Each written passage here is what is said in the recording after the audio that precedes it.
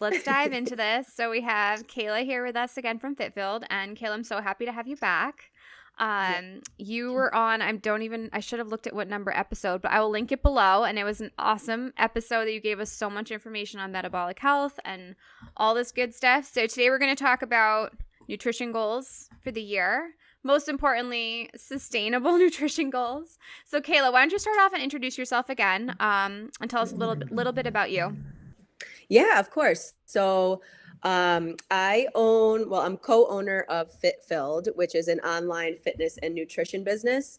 And we are focused on personalized coaching. So everything is individualized to the client.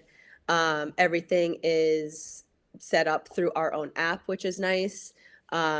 So usually this time of year is when we have a lot of people who want to focus a lot more on their health and, nutrition goals, fitness goals, whatever it may be. But, I think like kind of tying into what we're going to be talking about today is making sure that these goals are actually realistic, and setting resolutions that are actually going to last. Mm.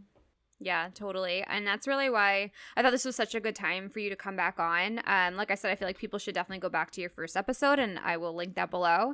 But just like, I feel like this time we all have goals, which Allie and I talked about in our last episode. But I feel like nutrition obviously is so strong right now, where we're coming off the holidays where it's like a month of sugar, a lot of alcohol, a lot of stuff that we don't normally eat, and we want to go, completely clean, but like what is actually realistic to do, or what do you suggest? Right. Well, I think it's important to kind of talk about first talk about why a lot of people's resolutions do fail. And it's funny that we're kind of talking about this too, because Vin and I have a post that we're going to be posting on social media at the end of this week, which is like National Quitters Day Isn't that for so sad? Yeah. it's crazy. It's Yeah. crazy. But so I think like the two biggest things I think why most resolutions fail is because people don't have enough meaning behind their resolutions. And that with like just extreme measures that people think that they need to do to get them there. So I think those two are probably the two biggest reasons why people abandon their resolutions. But, kind of going back to lack of meaning. So this is a big one. And like, this is something we really like drill into our clients is asking yourself why, like Mm. why. So for example, a lot of clients come to us wanting to lose weight. Okay. Why? I want to be healthier. Why? So I can have more energy and live longer. And it's like, okay, you're starting to get a little deeper, but we kind of want to dig even more. Mm. So, okay, why?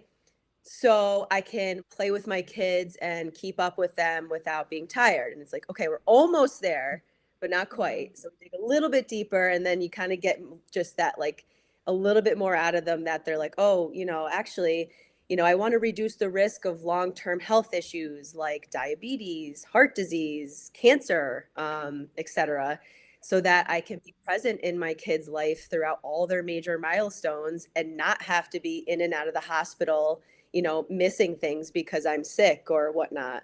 Yeah. So that's what we like really want to get to is like we want to pull that out of you or a client or whoever. Like it's typically if your resolution or your goal is just you want to lose weight, there's not enough meaning behind that to be able to stick to it.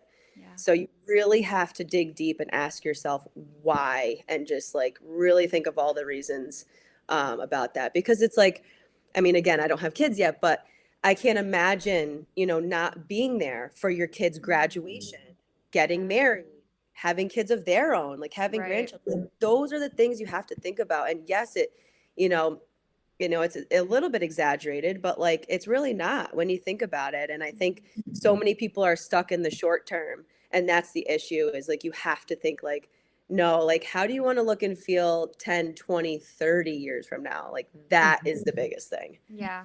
Yeah. We were Another just thing. talking Oh, about sorry. Go this. ahead. Go ahead. We were just talking about this with the compounding, Yeah. small goals that lead to your bigger vision, and that goes with nutrition too, is, these small things, either eating a bag of chips or eating an apple. I mean, it might not be huge in the moment, but if you consistently make those right decisions, it's going to be a huge deal in the long run. Either way, no matter what you choose, you're either going to be a little bit more unhealthy or healthy, depending on what you're picking up and eating.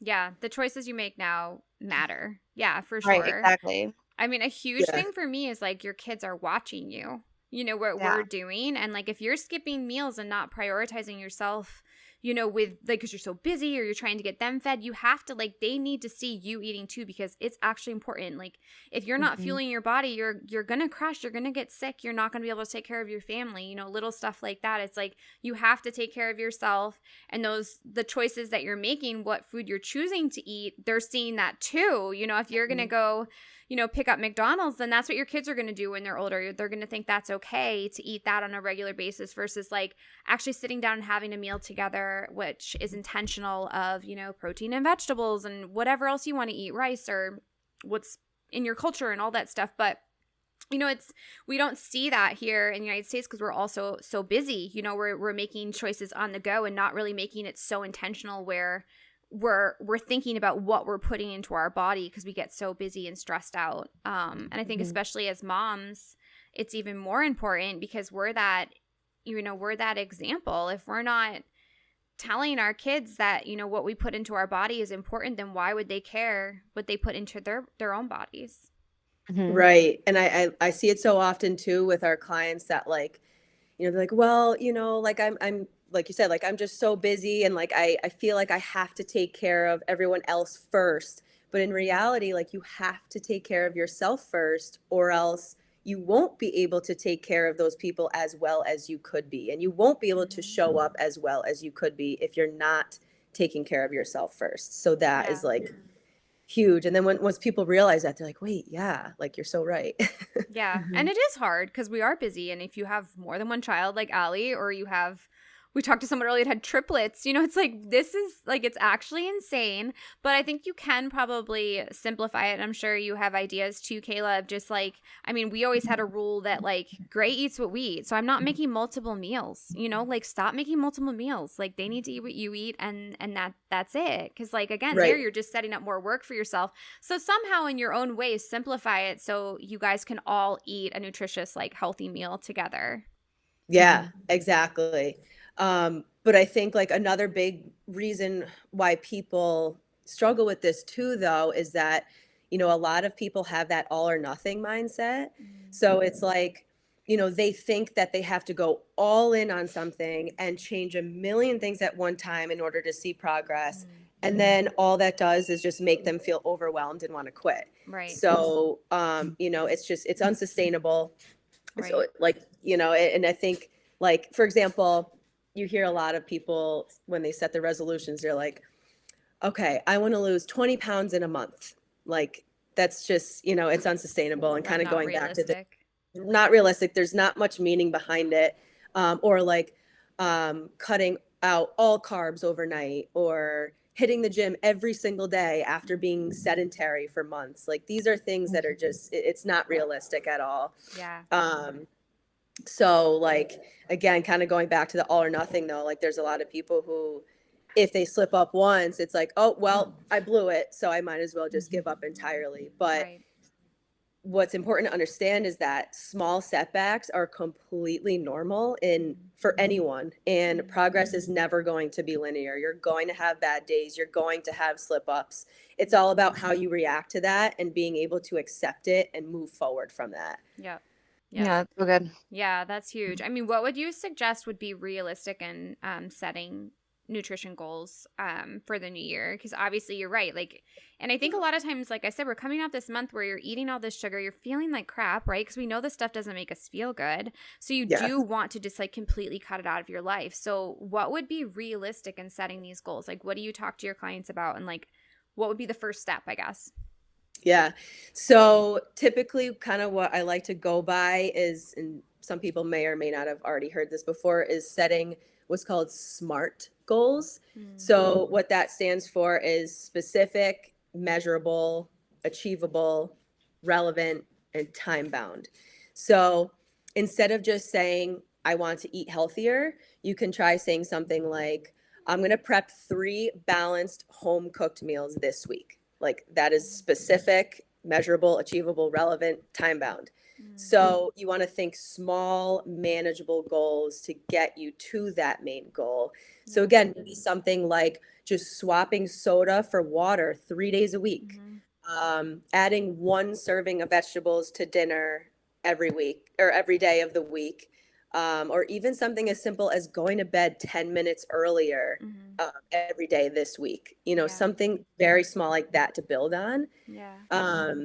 And yeah, like it's so important to make sure that you're building one habit at a time, because again, if you're trying to change too many things at once, you're going to feel overwhelmed and want to quit. And what's important is making that habit stick.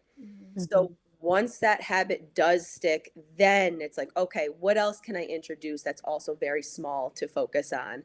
So like, you wouldn't run a marathon without training. So why would you expect to completely change your diet overnight? And I think that's what a lot of people think that they can do. But also it's important, like the relevance part of it. So, spending 20 hours in a week or 20 hours a week in the gym is pretty worthless if you're not doing the right things. As is obsessing over food choices if you don't understand the appropriate principles to base those choices on. So, this is where good coaching becomes very important. You can pay the coach to avoid wasting a lot of your time and effort doing things that will end up, maybe giving you marginal results, or if any, especially ones that will last. Or drastic results, because I mean, those aren't sustainable either, whether you're getting, the weight loss shot, that type of stuff, or like meal replacement shakes, that type of stuff. Like, I feel like having a coach and like helping them guide you to know what to eat and make those small goals, again, realistic, Kayla, and also beneficial to your body, where you're not just going to drop weight and then gain it back, where you're going to be able to even if you just want to be healthier, you're going to be able to be healthier and be able to turn it into a lifestyle, versus like, this is a month of this and then I'm just going to go back to how I was eating before. So you gain not only like a better body, but like you're going to gain knowledge to be able to sustain it in the future as well. Exactly. And that's a big thing, like, that I talk about with new clients is like, I don't want you to view this nutrition program as a diet. Like, this is a lifestyle change. And we are working on very small habits over time that are going to stick, and stuff that you're going to learn along the way to be able to take with you for the rest of your life. Like, no more, like you said, like, all right, like doing a quick fix diet for 6 to 8 weeks to lose however much weight before a vacation or the summer or whatever. No, like, this is about the rest of your life. And like, again, kind of going back to like focusing, why are you doing this? Like, more energy, better health, reduce the risk of chronic disease, less pain and inflammation. My dog is wanting attention right now. But like being a role model for your family and being present for your kids, like, these are all things that, you should be thinking about as well, and like are just as important as the main goal. No, I totally agree. Finding that why, and really thinking of the long term with it, because I feel like, again, if you're making these decisions on your own, or like finding an accountability partner is great, but also just like being realistic and like, can I sustain this? And like the results that I get, can I sustain those results? Yes. Yeah, exactly. And I think what's also important is celebrating the small wins along the way. I think a lot of people are so focused on like, again, like they look at this, they're too focused on the scale, for example. And like, every week is going to be different. Every week you might have weeks you're up, you might have weeks you're down. So I think it's so important to also focus on kind of like what I was just talking about, like, how is your energy? How is your mood? How are your clothes fitting? How are you sleeping? Like, those little things too, to pay attention to along the way, and celebrate those wins, because it's not all about the number on the scale. I think a lot of people just get way too fixated on that Oh too. my God, totally. And Mhm. especially as women, I feel like our weight fluctuates Oh, either way, whatever, wherever you are in your cycle and whatnot. yeah. And I love what you said about even like the small things, like say you cut out soda, like that might not seem like a big deal, but that is so huge for your health. Oh, And it's like huge. down the line, years from now, like that will benefit you so much. Like whether you're seeing the scale move right now or not, like that is such a big deal. Mhm. Or even like drinking more water, like something simple like that. Oh Um, yeah. just It's like such a crazy. big deal. Like a lot of new clients, just simply just swapping like Mhm. soda or juice for water. Just that alone, it's insane how much better they feel. But you have to think about it. Like you're cutting out probably like, I mean, a bottle of soda is probably like what, 30-ish grams of sugar. I mean, Yeah. that's almost like more than you should be having in one day. So think about all the other Mhm. sugar that's Yeah. accumulating, in that Yep. day throughout the week. So Yep. it's like Yep. And that alone. chemicals and yeah, I mean really Yes. it's a Yeah. bigger deal than you think. It all For adds up. sure. Yep. Yeah. Yeah. Well, yeah, I mean I feel like that can go for a lot of things too, like coffee, like what are you getting in your coffee or like stuff like that. That sugar cuz they say don't drink your sugar or even like a juice. You're giving your child a juice. That's like a lot of sugar right there that Right. they could do without. They could get different Mhm. nutrients from something else. Yeah. Yeah, I think Yeah. it's a big deal. I love that. Like celebrate the little things because like we said, Allie, like they compound over time and something as For small as sure. like drinking one soda a day and cutting that out, it's gonna make a really huge difference. Yeah, for Yeah. sure. Yeah, for sure. So Kayla, what else can you give us? Like if people are struggling and they're about to quit, we're coming up on Quitters Day, like what would you suggest? Yeah. So I think another big thing too is actually having a plan for what to do when life gets in the way because it's going to happen. It doesn't Mm-hmm. matter who you are. Life is going to get in the way. There's things that are going to come up, there's things Yeah. that are going to be out of your control. So I think it's also important to plan ahead for those things.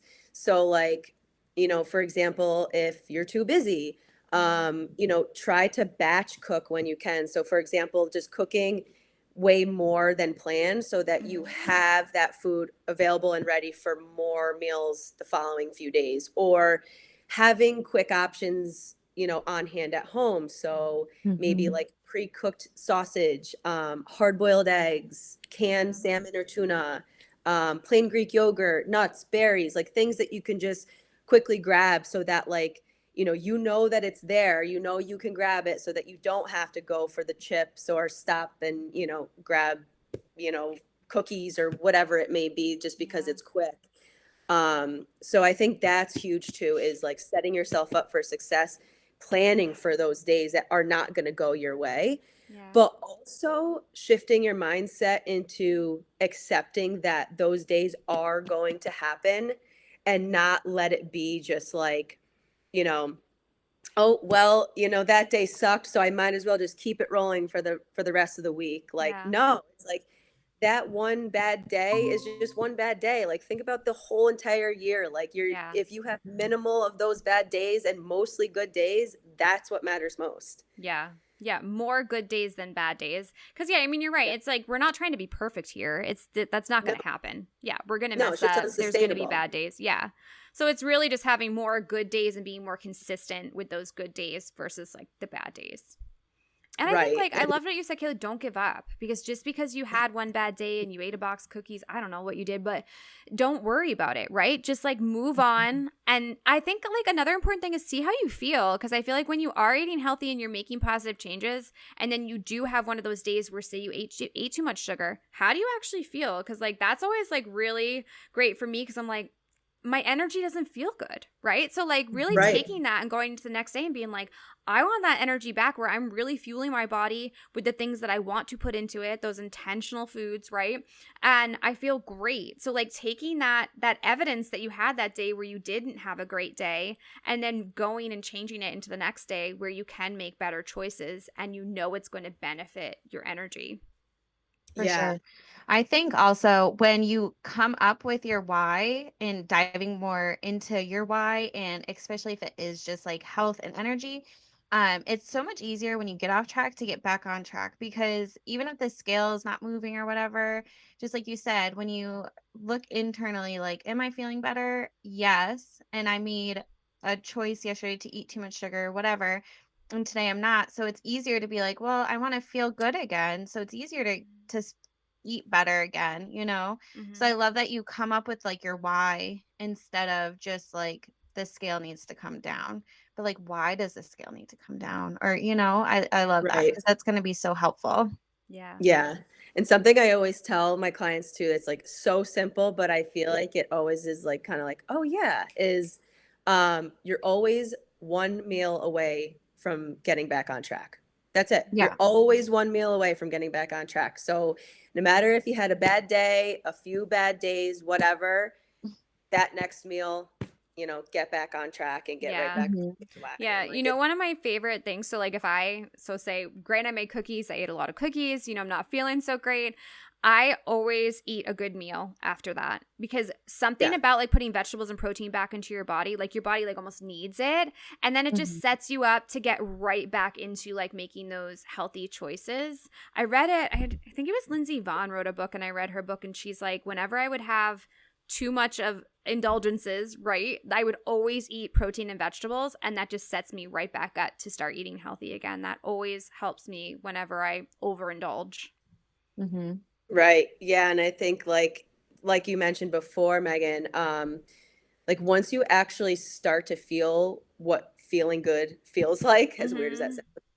sounds, um, and you do kind of go off the rails a little bit, and like your body is just like, what the hell just happened? And like you Mm-hmm. start to feel Mhm. those effects, and like, it's that good reminder of why you don't do that too often. And like I always Mhm. say, like use that feeling of like just like bloated and fatigued and everything that you're feeling after that meal, like use that as motivation to be like, I don't want to feel like this, like let's Yeah. get back on track now. Yeah, Yeah. totally. Yeah, that's such a good indicator. So, Kayla, what do you guys have going on this month that we can link below for our listeners? Yeah. So, well, I wanted to just say that I always do a free phone call consultation. So, if anyone is interested in learning more about either fitness or nutrition, we do both programs. So, they can always set up a call with me. We could talk about their goals, talk about the program at no cost to them, and Mm-hmm. see if it's a good fit. And we also have a little like freebie going on right now. So it's our 5-day New Year's challenge. So it's just like a free challenge. And no, it's not like each day you're cutting this out or trying this. It's more so like designed to help you like do exactly what we talked about today, is like setting up realistic goals and Mhm. how to go about that, and like the downfalls you might experience throughout it. So it's just really like 5 days of just like really helping you pinpoint exactly what your resolution should be and if it's actually realistic. Because yes, a lot of people, they say January 1st, whatever, but let's be real, like you can set resolutions whenever and it's not too Yeah. late. Yeah. Can So you start that challenge whenever? whenever, yep. And I know you said it would be linked below, so the link Yeah, is I'll just link it below. fitfill.com/new-years-challenge. Oh, cool. Anyone can sign up at any time. It's 5 days. You'll get the emails sent right to you. And then, yeah. So, and if anyone does have any other questions or concerns, they can feel free to just reach out to me or set up a phone call. All right, cool. Thank you so Love that. much. I want to join the challenge. I want to do I it. know. Do I was just it. Yeah, thinking, let's do it. Yeah. let's sign up. Yeah, It's let's sign up. free. Yeah, that's fun. Well, Yeah. thank you so much, Kayla. This was so helpful, and I think it will be so helpful for our listeners. And just to start our new year off right, and yeah, have Yeah. our mindset right. It sounds awesome. Mhm. Absolutely. Yes. Thank you so much for having me. Yeah. All right. We'll see you soon. All Bye, right. Sounds Kayla. good. Bye, guys. Bye.